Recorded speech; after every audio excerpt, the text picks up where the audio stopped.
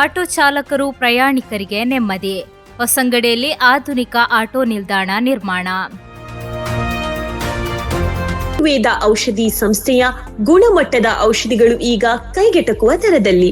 ವಿವಿಧ ಆರೋಗ್ಯ ಸಮಸ್ಯೆಗಳಿಗೆ ಅನುಭವಿ ವೈದ್ಯರಿಂದ ಚಿಕಿತ್ಸೆ ಮತ್ತು ಸಲಹೆ. ವೈದ್ಯರ ಸೇವೆ ಸೋಮವಾರ, ಬುಧವಾರ ಮತ್ತು ಶನಿವಾರ ಬೆಳಗ್ಗೆ 10ರಿಂದ ಮಧ್ಯಾಹ್ನ 2ರವರೆಗೆ.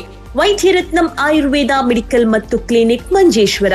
ಕರೆ ಮಾಡಿ 9497431005. ನಿಮ್ಮ ಆರೋಗ್ಯ ನಮ್ಮ ಜವಾಬ್ದಾರಿ. ಇಂದೇ ಭೇಟಿ ನೀಡಿ.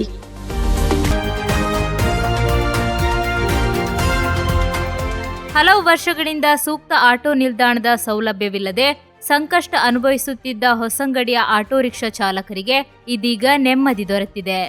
ಆಧುನಿಕ ಸೌಲಭ್ಯಗಳೊಂದಿಗೆ ನೂತನ ಆಟೋ ನಿಲ್ದಾಣ ನಿರ್ಮಾಣಗೊಂಡಿದ್ದು ಚಾಲಕರು ಹಾಗೂ ಪ್ರಯಾಣಿಕರಿಗೆ ಅನುಕೂಲ ಕಲ್ಪಿಸಿದೆ.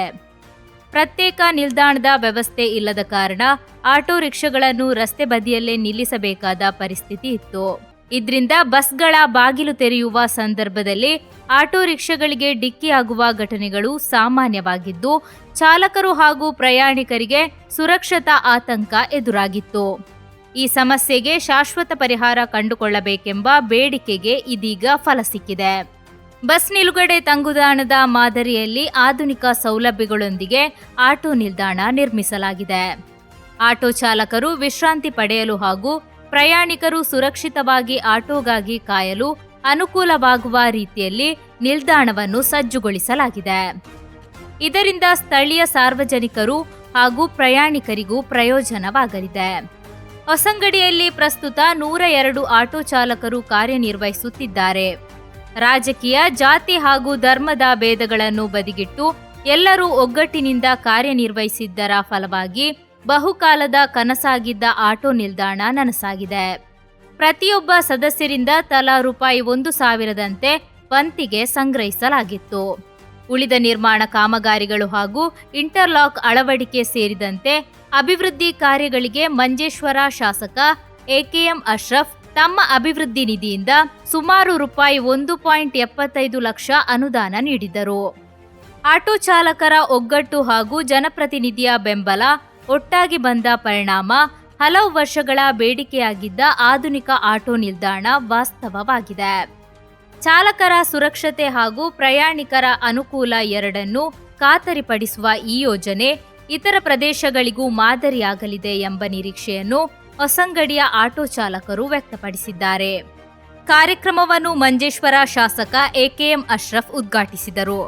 ಮಂಜೇಶ್ವರ ಬ್ಲಾಕ್ ಪಂಚಾಯತ್ ಅಧ್ಯಕ್ಷ ಯುಕೆ ಸೈಯದ್ ಸೈಫುಲ್ಲಾ ತಂಗಳ್, ಮಂಜೇಶ್ವರ ಗ್ರಾಮ ಪಂಚಾಯತ್ ಅಧ್ಯಕ್ಷ ಬಶೀರ್ ಕನಿಲಾ, ವಾರ್ಡ್ ಸದಸ್ಯ ಸಿದ್ದಿಕ್ ಕೆಎ, ಕಾಸರಗೋಡು ಬಿಜೆಪಿ ಜಿಲ್ಲಾ ಅಧ್ಯಕ್ಷೆ ಅಶ್ವಿನಿ ಎಂಎಲ್ ಸೇರಿದಂತೆ ಹಲವು ಗಣ್ಯರು ಉಪಸ್ಥಿತರಿದ್ದರು.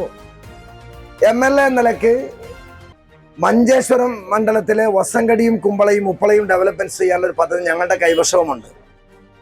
എന്തായാലും ഈ സങ്കടം കണ്ടപ്പോൾ ഞാനും ബഹുമാന്യനായ ആലിക്കുട്ടിയോട് ഇന്റർലോക്കിന് വലിയ ഒരു തുക വരും, അത് പൂർത്തീകരിക്കാനുള്ള ഒരു ആവശ്യം ഉന്നയിച്ചു.